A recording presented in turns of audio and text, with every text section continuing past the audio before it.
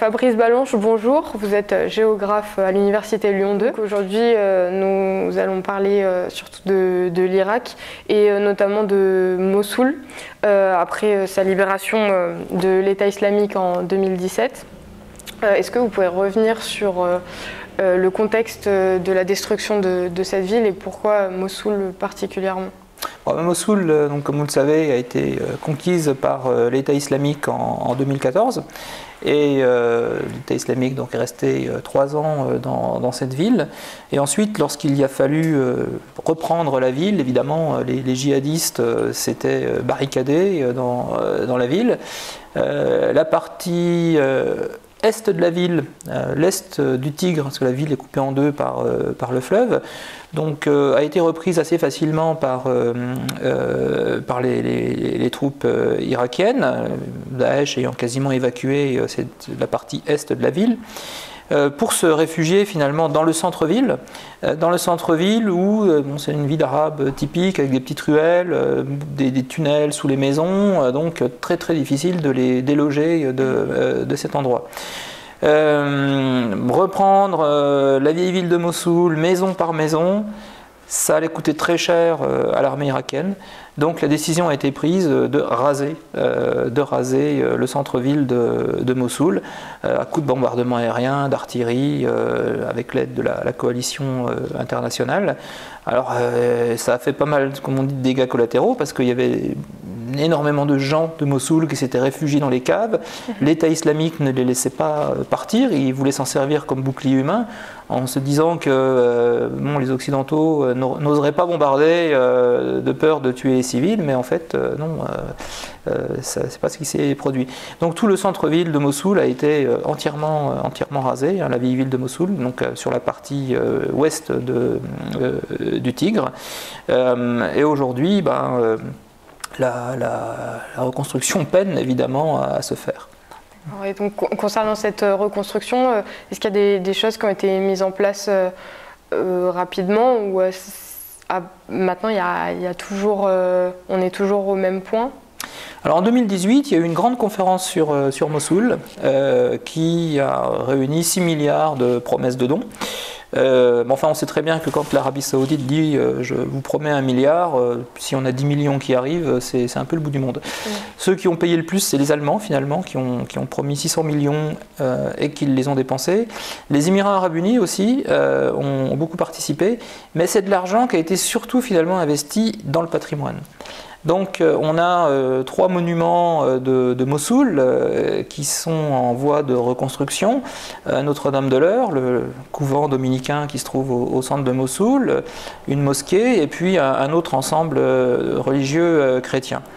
L'objectif derrière, c'est faire revivre l'esprit de Mossoul. Parce qu'à Mossoul, dans la vieille ville de Mossoul, on avait un mélange des chrétiens et des musulmans et des juifs. Les juifs ont été expulsés quand même dans les années 50, mais en tout cas, il y avait ce mélange entre chrétiens et musulmans, et restaurer les lieux religieux, c'est essayer de restaurer cet esprit de Mossoul. Les Mossouliotes vous disent quand même que c'est quand même une vision très occidentale des choses, parce que entre chrétiens et musulmans, c'était quand même pas si bon enfant que ça dans la vieille ville de Mossoul. Mais bon, l'Occident projette un peu aussi ses fantasmes sur l'Orient, ça c'est une grande caractéristique. L'Union européenne a restauré des vieilles maisons à Mossoul. Alors, en revanche, au niveau du reste de la ville, pas grand-chose. La vieille ville a été rasée, mais il n'y a aucune reconstruction pour l'instant. La municipalité, en fait, veut créer un nouveau quartier moderne. C'est vrai que surplombe le Tigre, c'est pas mal, mais il n'est pas du tout question de restaurer les maisons et surtout de maintenir les habitants d'origine. On vise plus à attirer des capitaux du Golfe pour faire un quartier à la Dubaï dans cet endroit. Enfin, à mon avis, ils rêvent un peu, mais en tout cas, en attendant, rien ne se fait. Les infrastructures ont été endommagées, les réseaux d'eau, les réseaux d'égouts, les réseaux d'électricité. L'électricité, ça a été assez facile à remettre en place, mais le problème, c'est que la production électrique est insuffisante, donc il y a 12 heures de coupure par jour, les gens doivent faire appel à des générateurs privés extrêmement chers. L'eau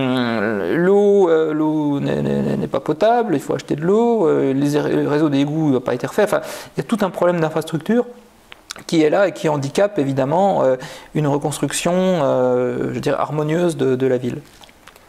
Et concernant la restauration de la confiance entre les communautés dont vous parliez juste avant, pour vous c'est typiquement une idée occidentale qui serait irréalisable ou est-ce que ça a une utilité aussi dans la restauration, dans la reconstruction de la ville de Mossoul? Les chrétiens ont quitté Mossoul, ils ont commencé à quitter Mossoul de toute façon après 2003, lorsque il y a eu l'insurrection sunnite liée à Al-Qaïda, et puis lorsque Daesh a pris la ville en 2014, et aujourd'hui clairement les chrétiens ne reviendront pas à Mossoul. Ils sont partis en Europe, aux États-Unis ou à Erbil, et ils ne se sentent pas en sécurité à Mossoul. Même si on a restauré des églises, même s'il y a le Père Emmanuel qui a reconstitué une église, non, il reste quelques vieilles personnes et ils ne reviendront pas. Ensuite, vous avez d'autres communautés qui sont arrivées, les Turkmènes sunnites de Tel Afar, parce qu'ils ont été chassés par les Turkmènes chiites de Tel Afar. Vous commencez à avoir les Shabaks, c'est une minorité chiites de la plaine de Ninive qui commencent à s'installer à Mossoul parce qu'ils sont soutenus par les Iraniens. Donc il y a un changement démographique qui s'opère à Mossoul avec le départ des anciennes élites citadines, des populations citadines de Mossoul, les classes moyennes de Mossoul qui sont parties en Turquie ou ailleurs, et qui commencent à être remplacées par des autres venus de la campagne, mais dans une confrontation finalement, puisque les Shabaks ils s'emparent de la ville, les Turkmènes ils viennent là pour se mettre en sécurité, donc on ne reverra jamais le Mossoul qui existait avant 2014 et surtout avant 2003. Est-ce que quel est l'intérêt donc de reconstruire ces monuments religieux? C'est ce que je disais, c'est un peu le fantasme de l'Occident qui est projeté sur la ville. Concernant les milices, on sait qu'il y a une forte présence de milices dans la province de Ninive et il y a un quasi-monopole de certaines d'entre elles. Est-ce que c'est un obstacle aussi pour la reconstruction? Oui, parce que les milices contrôlent le marché. Si vous voulez lancer une affaire, ouvrir un magasin, quoi que ce soit à Mossoul, vous devez avoir l'approbation de la milice du quartier et donc payer cette milice. En Irak, toutes les provinces, les limites de province, quand vous passez de la province de Al-Anbar à la province de Ninive, sur la route il y a un contrôle, un checkpoint de l'armée irakienne, et de l'armée irakienne avec une milice. Et donc quand vous avez un camion de marchandises, le camion doit montrer ses papiers, qu'est-ce qu'il a dans l'arrière. Et les milices savent qui a payé et qui n'a pas payé. Donc si la marchandise est destinée à un commerçant mais qui est oublié de déclarer qu'il n'a pas payé, le camion va rester bloqué jusqu'à ce que le commerçant en question aille payer le bakshish à la milice. Donc évidemment ça fait des surcoûts énormes pour lancer des activités économiques à Mossoul par exemple. Et tous les investissements de l'État irakien à Mossoul passe par le système clientéliste qui s'est organisé. Chacun veut sa part. Donc le marché du rond-point c'est pour un tel, le marché de l'autoroute c'est pour un tel, et qui facture 5 fois le prix réel. Donc il y a une gabegie qui est absolument incroyable. Aucune réflexion au niveau de la municipalité, du gouvernorat, sur un aménagement urbain qui soit soutenable à terme. Donc c'est du rafistolage, c'est de la dépense pour générer de la dépense, pour alimenter finalement le système milicien.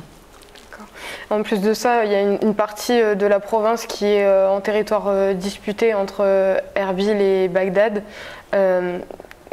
J'imagine les deux capitales n'ont pas d'accord vraiment pour mettre en place quelque chose contre ces milices ou pour réorganiser le territoire. Irbil donc, contrôle une partie de la province de Ninive. Alors il y a ce qu'on appelle les territoires disputés côté kurde. Et ensuite, dans la province de Ninive, qui est officiellement sous le contrôle du gouvernement irakien, il y a l'armée, mais il y a les milices Shabak, les milices turkmènes, une milice sunnite soutenue par la Turquie. Et donc, ce sont eux qui se partagent le territoire et les bénéfices liés à ce territoire. L'État irakien est absolument incapable de dissoudre ces milices.